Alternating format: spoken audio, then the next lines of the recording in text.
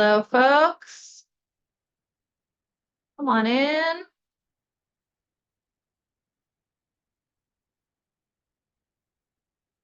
Appreciate everybody who's coming and making a little time for the learn today. I am still featuring snow, but I feel like I smell signs of spring. Hopefully things are turning the corner in your area. So welcome back. This is actually now our 28th meeting of the Local Energy Resources Network, and I'm here with a couple of members of the California Climate and Energy Collaborative team, John Vandevort, Tila Combs. So you can always contact them if you need help with anything. We're also joined today, we're very happy to be joined by a representative from the IBank who's going to talk about their climate finance program. So we're happy you are all here to hear it and also provide some input. So it's an interactive one today. All right, let's go ahead and dive in. So, as always, well, I'm Angie Hacker, and introduce myself. You guys know me by now, the SEEK Statewide Best Practices Coordinator. If you all want to say hi over chat, we would very much welcome you to introduce yourself in whatever way you like. Turn on your webcam if you can, not required. We do like to see happy faces. These meetings are our monthly time to come together and talk about active programs and opportunities that can help you advance your energy and climate goals. So we're glad that you are here. As always, you're going to get the materials after this meeting, and there's going to be a bunch of links put in the chat so you can track as we're talking about all of these opportunities, and you'll get a list of them at the end. All right, let's dive in. So as always, we like to start with our opportunity roundtable. And this month is like most months have been, which is a lot going on. We're going to talk primarily about the things that are highlighted here that are new compared to what we talked about last month. But I actually had to go to a second slide on this beast because there's just so many things happening. Just want to wish a good luck to anybody who's working on some of these big ones, like the Affordable Housing Sustainable Communities, grid-supported transportation electrification, and climate pollution reduction grants. Those are all really big, kind of tough applications and are coming due in the next couple of weeks. So we wish you very good luck as you're wrapping those things up. There was one thing on the policy front I thought I would raise, right? Because we usually talk about how policy drives investment, and if there's major policy stuff happening that we like to track it because it might end up changing what becomes funding. And so we've got the California, we've recently seen the California Priority Climate Action Plan. So that's that thing highlighted on the left. It came out from CARB. And it's what was funded from the Climate Pollution Reduction Planning Grant out of the EPA. So it's live now. They had workshops on it. I think it's final now. And they also released something we'll talk about in a minute, which is a survey. But basically, if you're out there applying for climate pollution reduction grants, and you are not somebody who received a planning grant, like one of those MSAs, you could actually use the state's PCAP to be your PCAP and ask for implementation dollars if the measure is in there. So it's worth taking a look at. There's a whole list of measures that the state thinks that local governments could possibly have the authority and means to implement, and that's in the realm of transportation, energy, agriculture, natural and working lands, and waste measures. So worth looking at. All right, so the rest of this is our normal, cheat sheet, hyperlinked, lots of stuff. I did want to mention a few of them. CEC's got a geothermal grant out right now. I know that not everybody's doing geothermal, but some of you are. And so it's due April 12th. It's intended to fund projects focused on geothermal energy and lithium recovery from geothermal brine that support local jurisdictions and private entities to advance the geothermal sector and related activities. So there's $100,000 that's due for this phase 1 grant that's due on April 12th, and it's specifically for local governments that want to compete for technical assistance funds to develop and prepare a full proposal, which is phase 2, which is going to be solicited in late 2024. So if you're into geothermal, you're trying to get a go on it, this might be something for you. Another one from the California Energy Commission is called Power Electronics for Zero Emission Residential Resilience, due next month, April 19th. It's interesting. This one's really different. It's available to public and private entities, even I think individual property owners, with the exception of local publicly owned electric utilities. And it's up to 2 million, which is crazy. It must be for, if they're larger projects, to increase the market adoption of zero emission behind the meter backup power systems in existing permanently fixed residential units. And they're talking about using plug and play ready power electronic technologies.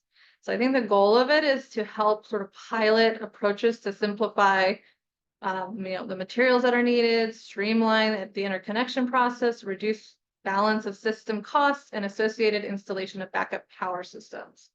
So this is interesting. If you're trying to figure out backup power on residential properties, and you're maybe interested in sort of like a public-private partnership with some of these plug-and-play technologies, this may be one for you. All right, here's another one, a little different. Again, this is FTA, so low and no emission grants for buses and bus facility competitive programs. There's up to $1.5 billion available for this grant. It's due April 25th, and there are 2 avenues under the NOFA. One is for the purchase, let's see. One is for $390 million for the purchase of bus and bus facilities. It's a competitive program, and then there's another $1.1 billion for what they're calling a low or no emission program. But if you're one of those entities that actually has a bus fleet, or you are friends with your MTA or your whatever transit agency, this might be one to send over to those folks. The last one I want to mention, I'm actually sure why this one didn't come up for me before, but it's from the DOE. They're offering low-income community bonus credits, and so this is basically it's increasing the clean energy tax credit. So the bonus credit provides 10 or 20 percentage point increase to the investment tax credit for qualified solar and wind energy facilities with a maximum net input of less than 5 megawatts. So eligible projects for this bonus, basically tax credit, would be projects located in low-income community or Indian lands, or for low-income residential or economic benefit projects. So I know a lot of folks have been sort of confused about how to take advantage of the clean energy tax credits that went live over a year ago. But if you're in these special circumstances, low-income communities or Indian lands, you might get sort of this bonus, this extra 10 to 20% if you have eligible projects. Okay, and just a quick note that CivicWell's Civics Work program is open. So if you're interested in hosting a fellow, those applications are due June 7th. And it's a fantastic way to get some more capacity on hand to apply for all of this stuff. Actually, I don't know. Are they allowed to apply for stuff? At least hand them your other work. Okay. All right. Well, that's some funding opportunities available. Let's talk a little bit about input opportunities. And there's about 10 million. I'm always shocked now that we're so deep into this work where we're trying to really follow the input opportunities, listening sessions, workshops, how many things we were not participating in as a network maybe before. And so we try to bring these to light for you. So if you can participate, go for it. Sometimes we do it on your behalf. The first one is ours, right? The State and Local Energy and Climate Coordination Call. That's on Thursday, March 14th. If you received an invitation, you're probably a local government representative. We're going to talk between local governments and state governments specifically about improving funding and reducing application burden. And lots to talk about there. I would love to see some of you there, especially if you've, all the stuff we end up talking about at these meetings about why it's challenging to access these dollars. We're going to try to come up with some solutions and some suggestions that will actually have a home in the Strategic Growth Council's Priority 3 work plan on this topic. So exciting. We hope to see you there. And if you do come, one of the things we try to do at these sleek meetings is kind of help elevate some of the cool stuff that's going on around the state. And so we have this little roundtable update piece in the beginning, and I would love for some of the state agencies that come to hear some of the latest, coolest stuff that you've got going on. Like maybe you just got awarded for something really exciting, or some major accomplishment just happened in your community, and it's something that represents the capabilities that local governments bring to the state. Love to see you there, and you would get about a minute to present. Okay, another one that we heard about a few weeks ago is the CEC. So if you guys have been following the Equitable Building Decarbonization Program, I know a lot of you have, it's gotten to the point now where the guidelines have been written, and now they're ready to solicit, which will be an RFP looking for administrators in 3 regions to administer and the Equitable Building Decarb program. Before they solicit for those administrators, they have a pre-solicitation workshop where they are open to more comment. So if that's something you guys are really tracking, I just encourage you guys to go. It's on March 14th. And so the link is dropped into the chat. Another one coming down is, I mentioned CARB. So CARB and its Priority Climate Action Plan. So they're going to be submitting an application for implementation funds through the Climate Pollution Reduction Program, like many of you are. There is a survey out right now, and they're asking for your help because EPA is saying we don't want to fund duplicative efforts. So if you are a local government that's not in an MSA that's going for these implementation dollars, CARB is trying to avoid duplication of funds. So trying to make sure that when you go after funds, you're not applying for something that they're already applying for, and vice versa. So they're asking for folks to fill out this survey. Another one from CARB. This one's so exciting, at least to me. And we mentioned it last time, the research strategy roadmap. So they have a plan where they're trying to come up with their next sort of 5 years of a research plan, and they're going to be picking, I think, about 10 projects to commit research resources to developing these research products. So you can submit research concepts directly through this survey that they've got available. It's going to be in the chat by April 10th. But also, they're going to come to our next Learn. So come next time if you, and really just like, some people get scared off by research. Let's think of it more of like, what kind of information do we wish we had that would make it easier to do our jobs in energy and climate? And so we've submitted already some concepts, and these CARB researchers are really interested in how we can kind of empower local governments with information. One more is from the California Energy Commission. So there will be a workshop on April 16th, and this is for the 2025 SB 100 report. So SB 100 was established as a landmark policy requiring renewable energy and zero carbon resource supply of 100% electrical retail cells to end-use customers by 2045. So it's basically this process, and CEC, PUC, and CARB have to work together to prepare this report. They're going to prepare the 2025 report, and this particular workshop, is for public engagement around non-energy benefits related to SB 100. Might be something you're interested in. I think as a network, we should be tracking SB 100, and so we've begun doing that. And then the last thing I wanted to mention is up here on the right, and this may be something we spend a little more time on in the bonus breakout. On April 3rd, this is due April 3rd, but there's a draft community engagement model that CARB has put out. And you're starting to see these coming out from agencies that are, I think, attempting to do engagement in a more meaningful way. And I like this little diagram that I pulled out. I don't know. I'm reading this thing. I laughed. I cried. I'm like, yes, let's do it this way. And so I'm curious, and maybe let me know in the chat or raise your hand if this is something any of you are considering providing comment on, or if you really want Seek to try to take the lead on compiling some comments. So think about that. Let us know. And if you want to open this up and take a peek, we might talk about it in the bonus breakout. Sound good? Okay. with that, let's get to the meat of our program today. Thanks for listening to the fire hose. So our presenter today, let's go to the next slide if we can. Our presenter today is Taylor. She is from the California Infrastructure and Economic Development Bank, IBank. Now, Taylor, I didn't even ask you, is it I want to say Carnival because that sounds fun, but I don't think that's how I say it. It's Carnivale, but I'm used to Carnival. I'll take that too. Okay.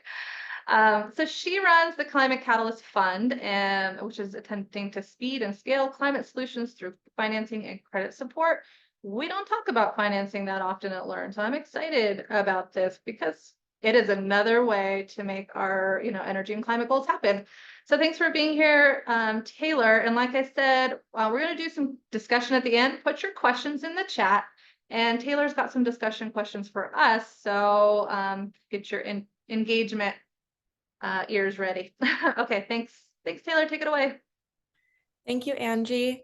Hi, everyone. Nice to see you all today. I see a lot of familiar faces and names. So excited to get your insight into climate financing needs in California and also hear more about what you're thinking about and what you're working on and how my team can potentially support you in your work. So as Angie mentioned, today I'm going to spend some time talking about the climate financing work underway at the California Infrastructure and Economic Development Bank, or IBank, and green banking in California more generally. So if you could advance to the next slide, please. So I work at the state's IBank. We've been around since 1994 as a development financing entity, supporting public infrastructure and private development, specifically focused on creating a healthy climate for jobs, contributing to a strong economy, and improving the quality of life in California communities. Historically, we've done that through 4 major buckets of work. First is an infrastructure state revolving fund program. This is traditionally a municipal lending program. We provide low-cost financing for state, local, and recently government-sponsored nonprofit entities. I work across our climate financing unit, where we provide accessible financing for climate solutions. We have a bond financing program that issues a variety of different conduit bonds. We have 501c3 bonds, public development bonds. And then we have a small business finance center that provides loan guarantees and affordable capital for small businesses, underrepresented venture capital fund managers, and climate entrepreneurs.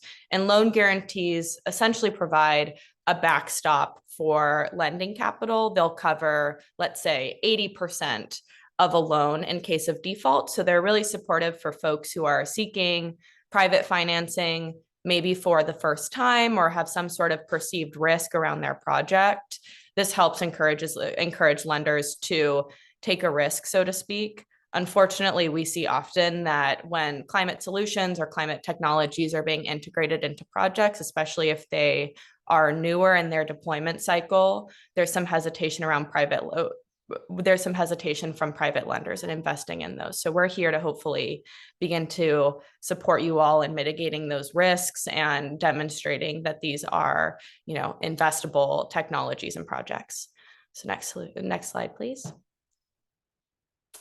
And we've done quite a bit of work since the 90s when we first started. When I came on board, we were really starting to build out how we spoke and, starting to directly administer more of our climate finance work, which has been really exciting. But one thing we had found is that our municipal program, iSurf, had actually supported a lot of municipalities and local government entities throughout the state in financing their climate smart infrastructure projects. So we've done about 152 million of those since the 90s.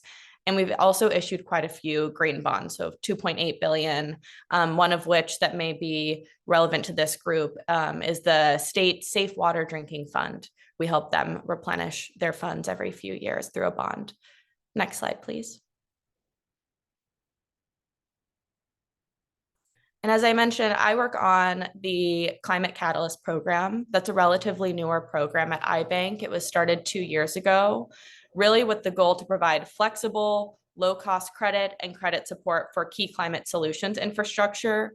As I mentioned, there often is this, in the climate technology world, they call it the valley of death, but it's the place in which technology or key climate solution is proven. We know it works. It's ready to be deployed at scale. There's a need for an infrastructure project or a facility to be built. So some large project that needs to happen in order for that deployment to occur. And at the same time, as this technology is proven, it's new to private investment parties. So there's some hesitation in investing in those projects. So we're really there to fill that gap that occurs in the valley of death. Invest in those projects, show that they are, worthy of investment to private capital, and kind of help them on their way in a low cost manner. So that's what we're most focused on. Increasing the speed and scale at which these proven solutions are deployed, addressing key gaps. And often we find that when we are contributing to the project, private investors and private finance comes in as well. So this is a great way to really leverage public funds and begin this process of bringing private capital into our climate fight, which we know is very important in order to advance to the place we need to be and meet our net zero goals. Next slide, please.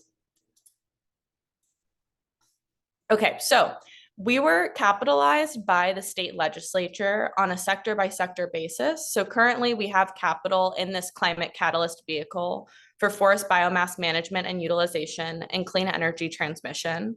Through our municipal program, as well as our bond and small business finance center program, we have additional eligibility. And I know a lot of you on this call are local governments, local public entities, nonprofits that work really closely with public entities. That program may actually be a good fit for you as well. So if you don't see yourself here, please reach out to me and we can explore how maybe you fit into the iSurf mandate or some of our other resources. I'm here today because my team has been seeking input and gathering input on 3 new financing programs that will be capitalized through federal monies. So these programs will be in distributed generation and storage, net zero emissions buildings, both the all electric model type of building decarbonation, but also the steps to making buildings more energy efficient, decarbonizing them. So singular heat pump installations, a lot of building retrofit fits into this category, and then zero emissions transportation. Next slide, please. And as I mentioned, these programs will be capitalized through a federal competition. As Angie mentioned, there's so much going on right now in grants. So I thought I'd give, a slight overview. I'm always happy to go into more detail if folks have questions, but I'll go over it at a high level as is relevant to our conversation. So through the Inflation Reduction Act, the U.S. Environmental Protection Agency created a greenhouse gas reduction fund for $20 billion. That was then split up into 3 sub-funds, 2 of which are most relevant to us today. First is a $14 billion National Clean Investment Fund, which will create national nonprofit clean financing institutions, or we call them national green banks, that will then provide capital for these affordable financing products to state green banks such as IBank and the State Treasurer's Office, as well as community lenders and community development financing institutions. And then there is also a $6 billion Clean Communities Investment Accelerator, which is also going to create these national nonprofits that will serve in a technical assistance role for community lenders or new green banks that are wanting to kind of join in the climate financing effort, but need some support in terms of building out the infrastructure quickly in order to deploy capital. So those will also, I think, play a really pivotal role at getting the work done on the ground and meeting workforce development needs and kind of technical assistant needs across the spectrum. This fund was created, as I mentioned, through the Inflation Reduction Act in August 2022. We've gone through the application cycle. We are currently awaiting decisions on these 2 sub-funds this month. So it's an exciting time, and we'll get to meet and get to know our national green bank partners who will play a really pivotal role in our climate transition, hopefully. So next slide. So this is sort of how that flow will work. So the National Clean Investment Fund will create these national clean financing institutions. We call them the National Green Bank for short. That National Green Bank will then flow capital to state green banks, community lenders, CDFIs and credit unions, and nonprofits. There will be a certain segment of the capital designated for market building and technical assistance. The national green banks will partner with the private sector to provide accessible, affordable financing, kind of mimicking the model we're deploying through the Climate Catalyst Fund. There is a Justice 40 tilt to the fund. So 40% of the capital must go to low income and disadvantaged communities, either investment directly in or quote unquote benefits to. So that's kind of up to interpretation and something we're focusing a lot on. How do we get this capital and these climate solutions to low income and disadvantaged communities? These national green banks are prioritizing investment in qualified projects that would otherwise lack access to financing. They're in that valley of death we were talking about earlier. And in California, we're really seeing this as an opportunity to create new permanent revolving funds that pair with our grant programs. Because often we see with grant programs, there's a grant for a project, there's some portion of the project budget left over that we can provide some low-cost debt financing for. Or there's projects that have gotten to the point of seeking financing through workforce development, business development, planning grants, and are now at the stage at which they're seeking some larger allocation from a financing entity. So we try really hard to connect the dots there and talk with grant programs about how we can provide support to their grantees. And as these funds deploy loans, ideally, we receive the loan capital back, we receive a very small amount of interest, and the resources for this work grow over time. So it's this amazing circular way at which we can all support each other and kind of maximize the impact of our limited public resources. Next slide, please. Okay, and so I've added a screenshot here on what this means and what specifically we're looking for in these projects. So as I mentioned, they're in these three key sectors: distributed generation and storage, net zero emission building, and zero emission transportation. And really, EPA is hoping we look at projects, activities, or technologies that reduce or avoid greenhouse gas emissions or emissions of other air pollutants that deliver additional benefits to American communities. So as you're all familiar, investment in these areas also has these tertiary benefits and hopefully has some focus on affordable and sustainable housing, training and workforce development. And there's also a need for us to demonstrate this financing gap portion as well, that we're finding some way to mobilize private capital, which is something we actively support our lenders and people who come to us seeking financing on. Where can we find other funding or financing resources, both public or private? And there's also this requirement for commercial technologies. This essentially means that the project has been demonstrated in some fashion via a pilot. So that's very applicable across these sectors and something we also, work with our borrowers to demonstrate and find a means of demonstrating. Next slide, please. Okay, and one of the ways that we've been seeking input is through our climate financing request for information. We released this in partnership with the State Treasurer's Office in December. Oh, thank you, Tila. You beat me to putting that link in the chat. We released this RFI, as we call it, in December to gather feedback from stakeholders, including private capital partners, impact investors, developers, local governments, community groups, philanthropies, anyone who is participating in the market, right? We're hoping to identify where specific financing gaps exist and specific solutions to maximize the impact of public resources. Learning from established financing products that have been effectively deployed in the marketplace. So through other state green banks, there's a lot of really wonderful examples of community financing institutions or credit unions throughout the state offering programs that have to do with climate projects at a small scale. So how can we use these resources to scale those programs and increase access to them? And then also to think through potential financing platform partnerships that we can leverage to reach these target market sectors, such as low-income and disadvantaged communities.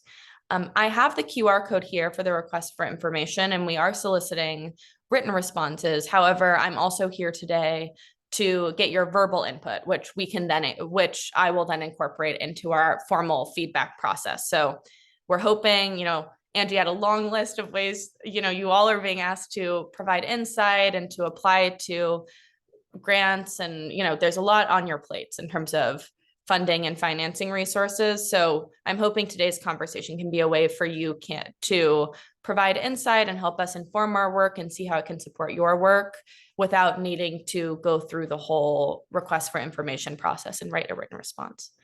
Next slide, please. And we're keeping the RFI open indefinitely. The needs associated with these key sectors change so rapidly. Financing gaps and the market changes very rapidly. So we wanted to make sure we were providing a open space for people to, even if it's just a couple sentences, write in and say, I have a project that meets this criteria and I'm not finding financing, or I'm only finding financing for this portion at this cost, as a way for us to incorporate it into our programs and make sure we're really meeting the needs on the ground. From now, so March, we're waiting award announcements, as I mentioned. Then the grant agreement process is expected to be lengthy. So we're anticipating the EPA will formally release the capital in July.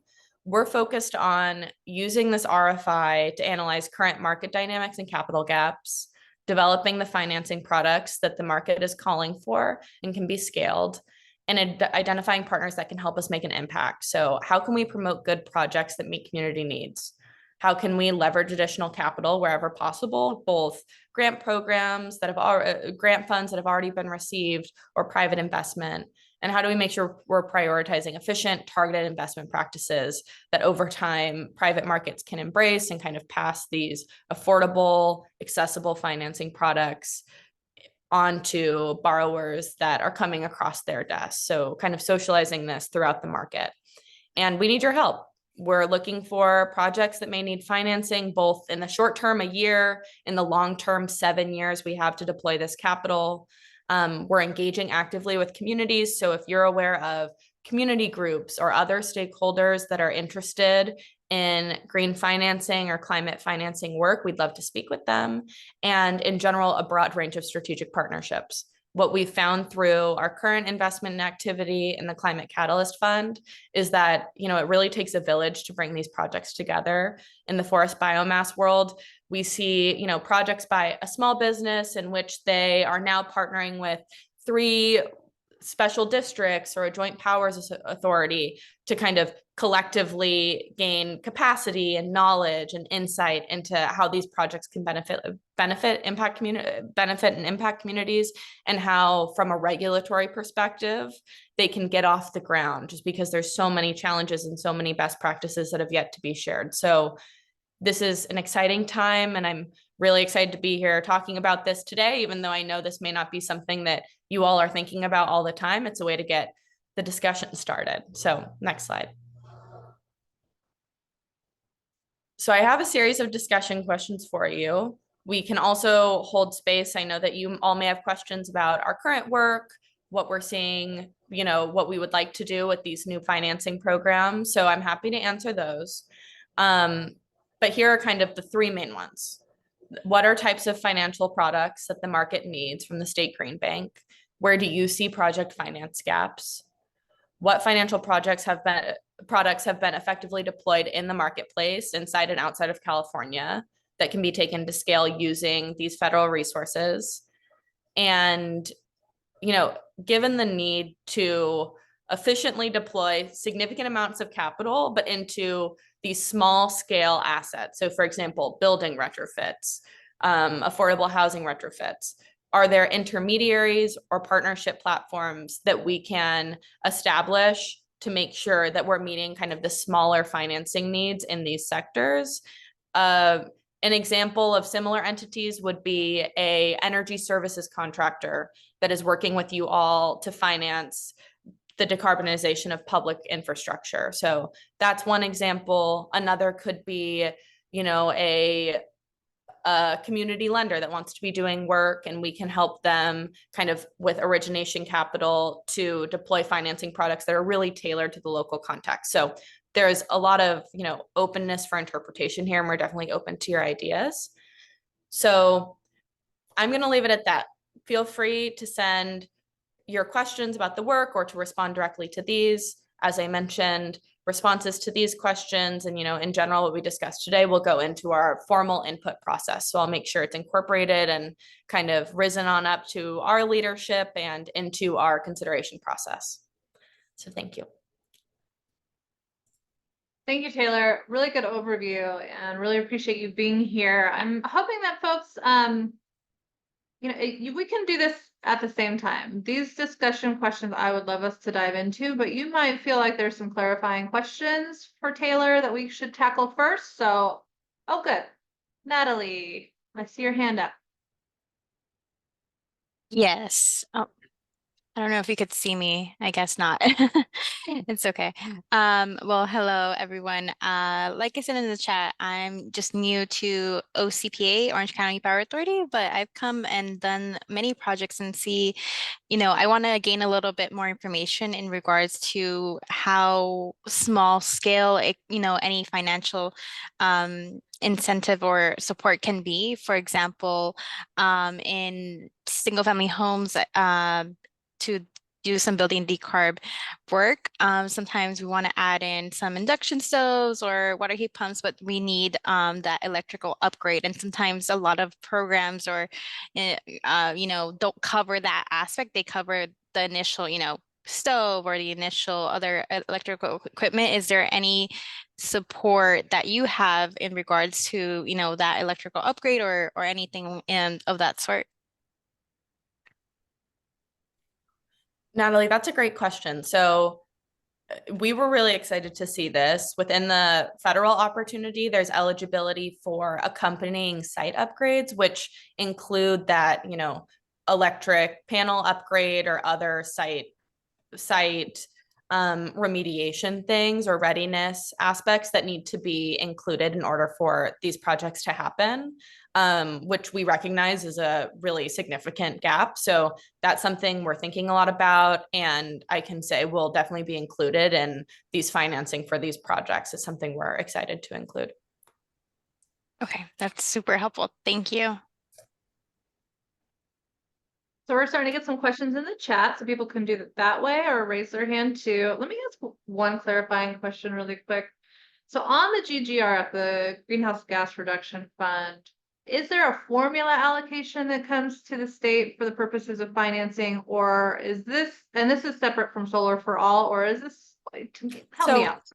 Yes, it's really confusing. This is the most confusing. I've worked on state grant programs. I've applied to federal grants, and this is the most confusing one I've ever been a part of. So the Greenhouse Gas Reduction Fund is a $20 billion fund through the federal government.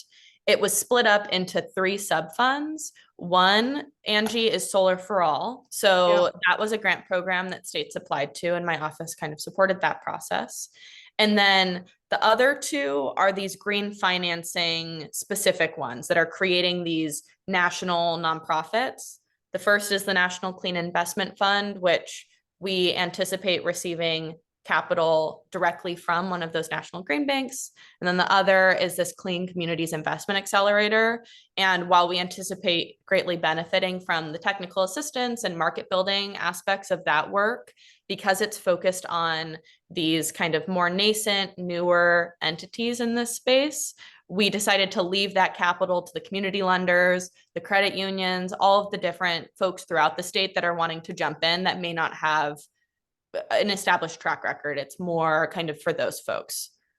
Okay, so there are dollars you can count on right now. So yes, in building a program, you're gonna get the dollars, it's gonna happen. Okay. Yeah, I didn't answer your question directly, I'm realizing. So yes, we will get dollars through the applicants that are waiting to hear if they'll become the National Green Bank. We've signed on to various coalitions.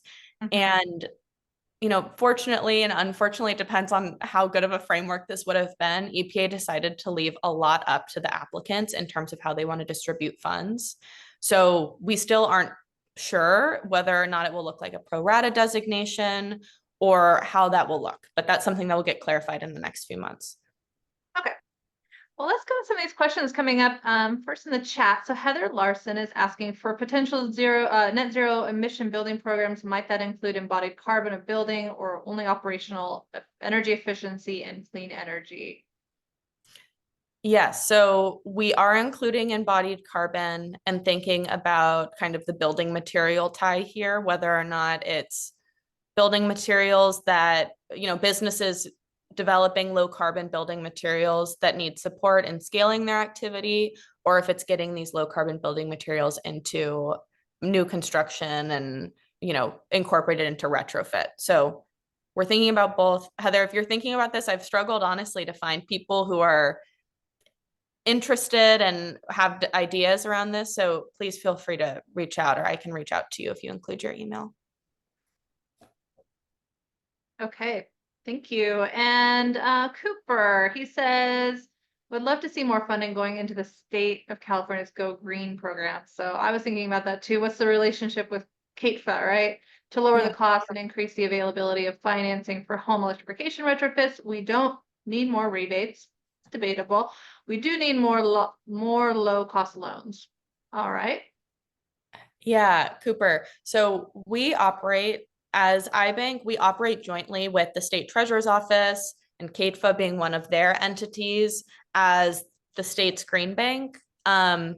We do see, and I don't want to speak for CATFA, I know they're actively considering how capital can expand the Go Green mandate. I know there's also some like utility district ties currently because some portion of it is ratepayer funds. So this provides them with some flexibility. So it'll be interesting to see what they do there. And if you have more questions about how there may be an impact to Go Green, I'm happy to connect you to the CATFA team. All right, thank you. Let's go to Neil. He's had his hand raised. Hi, Neil. Welcome. Okay. Hi, Angie. Hi, Taylor. So Thank you. Fantastic presentation. A couple of thoughts. I think in particular, identifying bridge or gap funding for those types of projects that you were talking about, where you're looking at long lead-in development times for projects, and that funding is particularly expensive. And if you run into permitting or other types of delays in the project, that can kill the types of projects that we're looking for. So I think something that's lower cost or offers more guarantees, just to make sure that those projects can even break ground in the first place, would be really valuable. Secondly, I really like the conversations about more financing options, especially for smaller home electrification decarbonization activities. And I think maybe something like a fund to buy down interest rates at a lot of those credit unions or something, really trying to leverage the fact that you can get a loan for that, but it's not as low cost as it should be. So how can we spend some of that money just to make it a cheaper product for folks? Yeah, definitely. Thank you, Neil. And an interest rate buy down is a great example of a way in which the public sector has supported kind of lowering the cost for, construction loans, as you first mentioned, and then also, these smaller scale residential loans that, unfortunately for both often carry a high interest rate with private lenders. So definitely something we're thinking about. Thanks, Neil.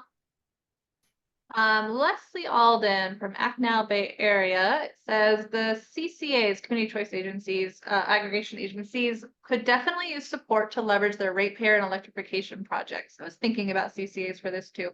The CCAs in the San Francisco Bay Area are rolling out numerous high-value programs, but rebates and incentives are so uneven and come and go, making it a challenge for contractors and property owners to plan for new and remodeled building decarbonization and solar and storage programs.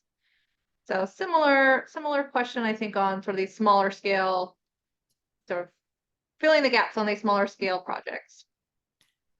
Yeah, Leslie, this is a great point. I know I've been thinking a lot about our net zero emissions building work and tracking to so much of the great work that CCAs are doing in this space.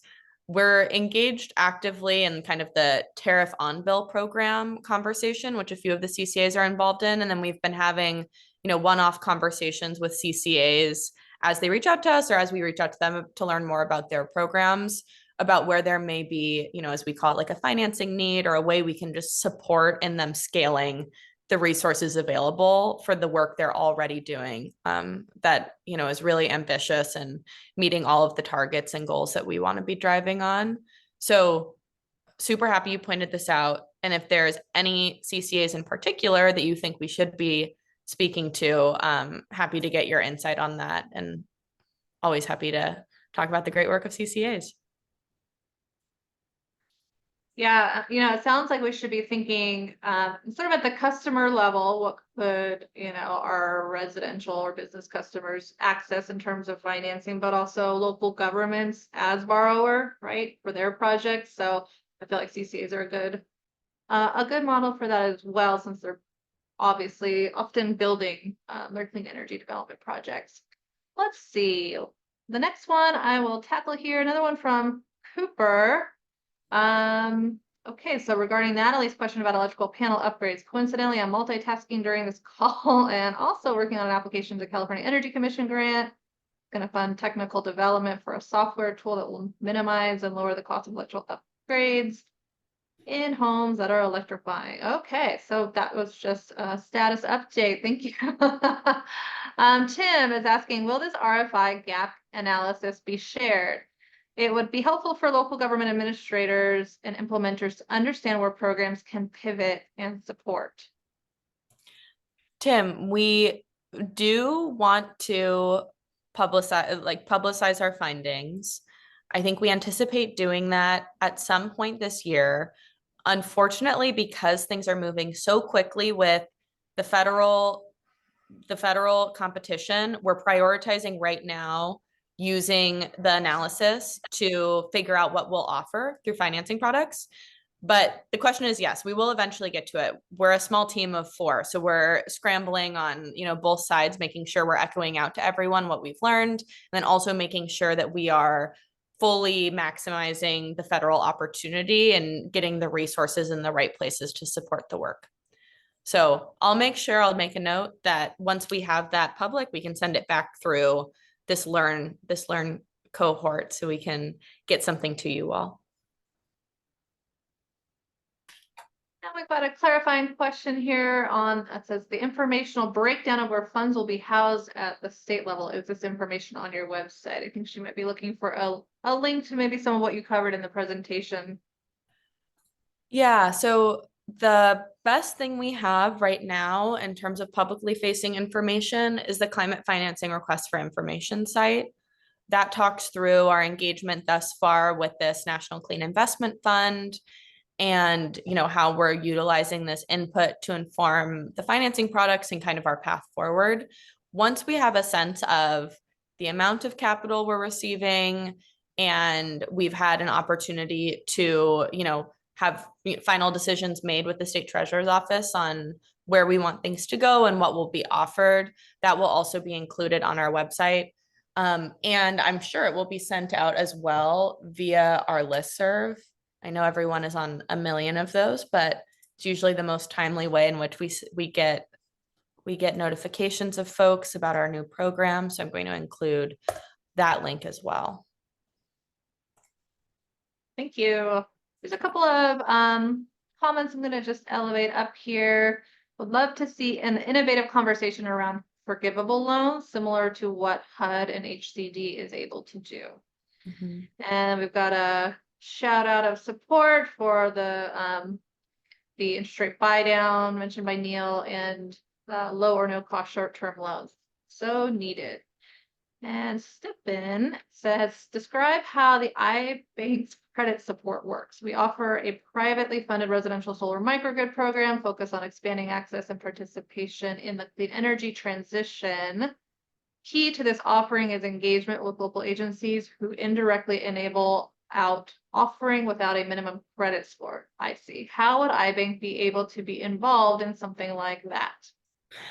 So Stephen, currently this looks like our loan guarantee work. So loan guarantees are a form of credit enhancement and provide some sort of coverage for a loan in case of default. So they're particularly helpful for folks who, you know, as you're mentioning, may have some, you know, issues meeting credit score minimums, or haven't had the opportunity to demonstrate creditworthiness. So this helps kind of help mitigate that barrier, which is, unfortunate. And by covering a certain portion of the loan and just reassuring lenders that there will be repayment on a majority of the loan amount.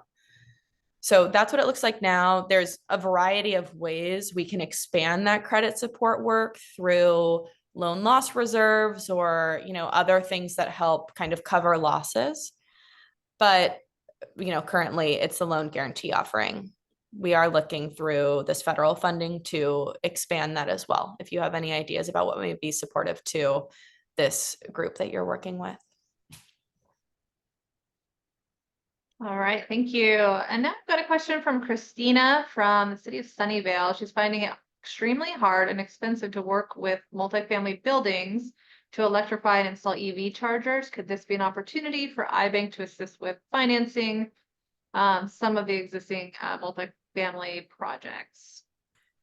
Yes, definitely. So one of the things we're looking at, as you mentioned, Christina, there's a lot of the projects underway on the ground aren't just net zero emissions buildings or aren't just clean energy transportation, right? They are deploying both of these strategies. They're adding distributed generation or storage assets. So we're thinking a lot about those kind of compounded needs. And, one of the things that's been in some, shocking in some ways, but also really informative is people have provided us information on projects they're working on and how much this actually costs. And it's like far beyond what you see in the reports and studies on this, just because site upgrades and, all of the remediation work can add on so much. So we're thinking a lot about this. How do we support these projects and also kind of support on the technical assistance side with figuring out how you can bundle incentives and tax credits to help offset the cost. On multifamily, that's, also a big focus and something, I'd love to discuss further with you and hear more about where you're seeing those pain points. Taylor, are you looking for more information about the types of projects that need financing, or do you have a pretty good handle on that and you're really looking for the types of financing that should be developed to support them? Yeah, to me, that's almost like a research methods question. We'll do either or. We'll take whatever you've got. So if you have a project that you've been working on for the last few years or have been, we get a lot of stuff where it's like me and my team have been throwing around this idea of wanting to jumpstart work on building electrification, but there's no resources available for it right now. Here's what it would look like. Knowing that there's those sorts of projects in the works is a great way for us to understand, let's say, like potential demand for the financing products and to kind of shape them to the conditions we're seeing on the ground and the sorts of, the development stages projects are at or what design elements are commonly employed in those projects. So if you do have things that you want to discuss and have been on your mind, that's a great way for us to better inform our financing products. And also we can help you potentially connect with pre-existing established financing or funding resources that we may know about. Or maybe it's just like, and maybe I submit this in comments as well, but it's like the larger question is, how do we get a handle on the projects that are needed around the state? Because states are always asking, what do you need money for? What do you need? And it's true for grants like it is for financing. And it consistently just comes back to, we need some sort of a wish list or funding queue where we can consolidate things centrally and fund them logically. So I don't know, this may be another opportunity to put that kind of a thought into the ether. But let me get back to folks' questions. So Alice will there be program design that is more accessible to low income or others whose traditional credit score or qualifications preclude them?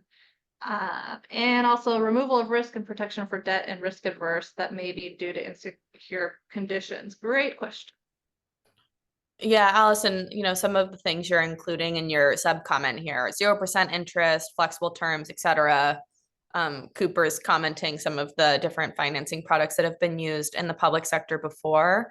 That's something we're paying, a special attention to, because with this work, it's such an opportunity to have the 40% dedicated to investing in low income and disadvantaged communities. But we also want to make sure that we're not creating a situation in which we're pushing debt onto low income households. That is not our role. It would not be a desired impact of these funds. So we're looking at creative ways, Cooper, some of the stuff you mentioned with an interest rate buy down is a good way for us to say, hey, if you're wanting to access debt capital, we can make it cheaper for you to do so if you're in a priority population or a priority community. And similarly with a loan loss reserve, it's a good way for us as the state government to support folks in pursuing financing products, but making it cheaper for them to do so. So Alice, we're thinking a lot about access to finance for these groups, but also making sure anything we deploy is designed in a specific way to be helpful and doesn't have undesired impacts.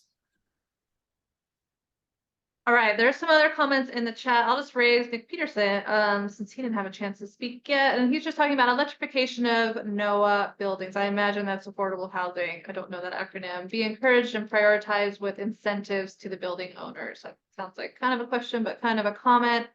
I'm going to wrap us up for this portion of the conversation here because we have one little thing we need to do before we wrap up our official hour. And we're going to take this conversation into overtime, into the bonus breakout.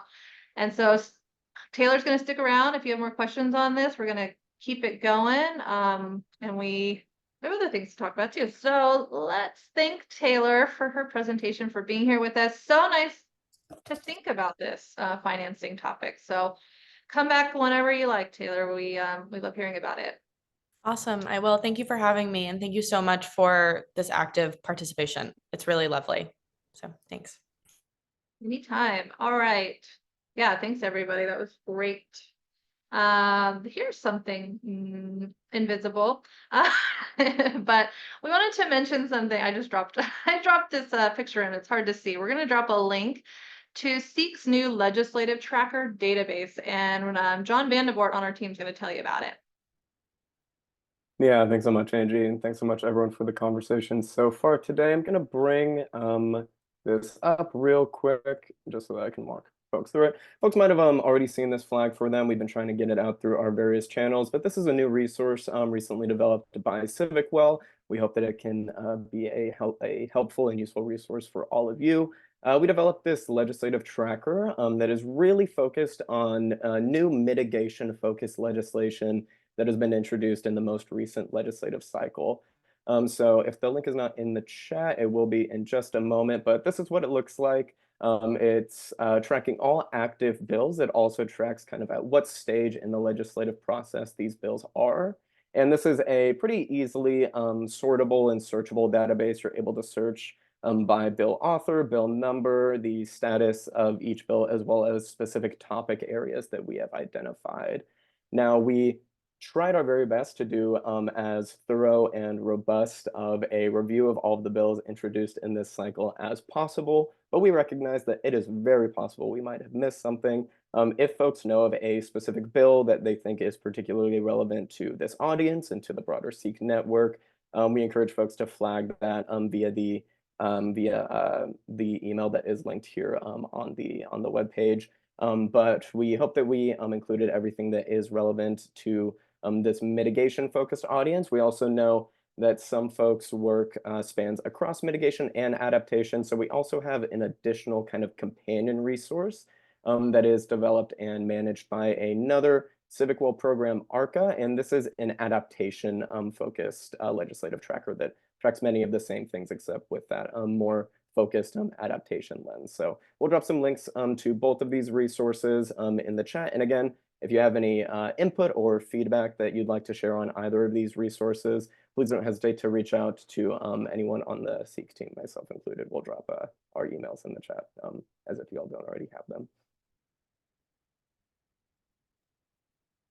Thanks, John. All right, so yet another resource from your SEEK team, and they've been working really hard on it. So I hope it's helpful to you. Share it with a friend. Let's go to our last slide here. We'll wrap up the formal portion of Learn.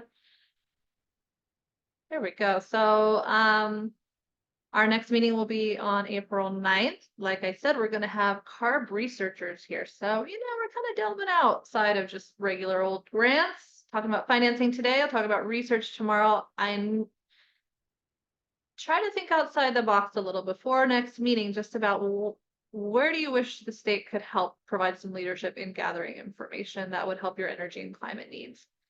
Share this invitation with a friend. And next up, after we close this out, we're going to stick around for our bonus breakout. But I just want to say thanks to those of you who have to go now for sticking around and always coming to these meetings. We really enjoy the time with you.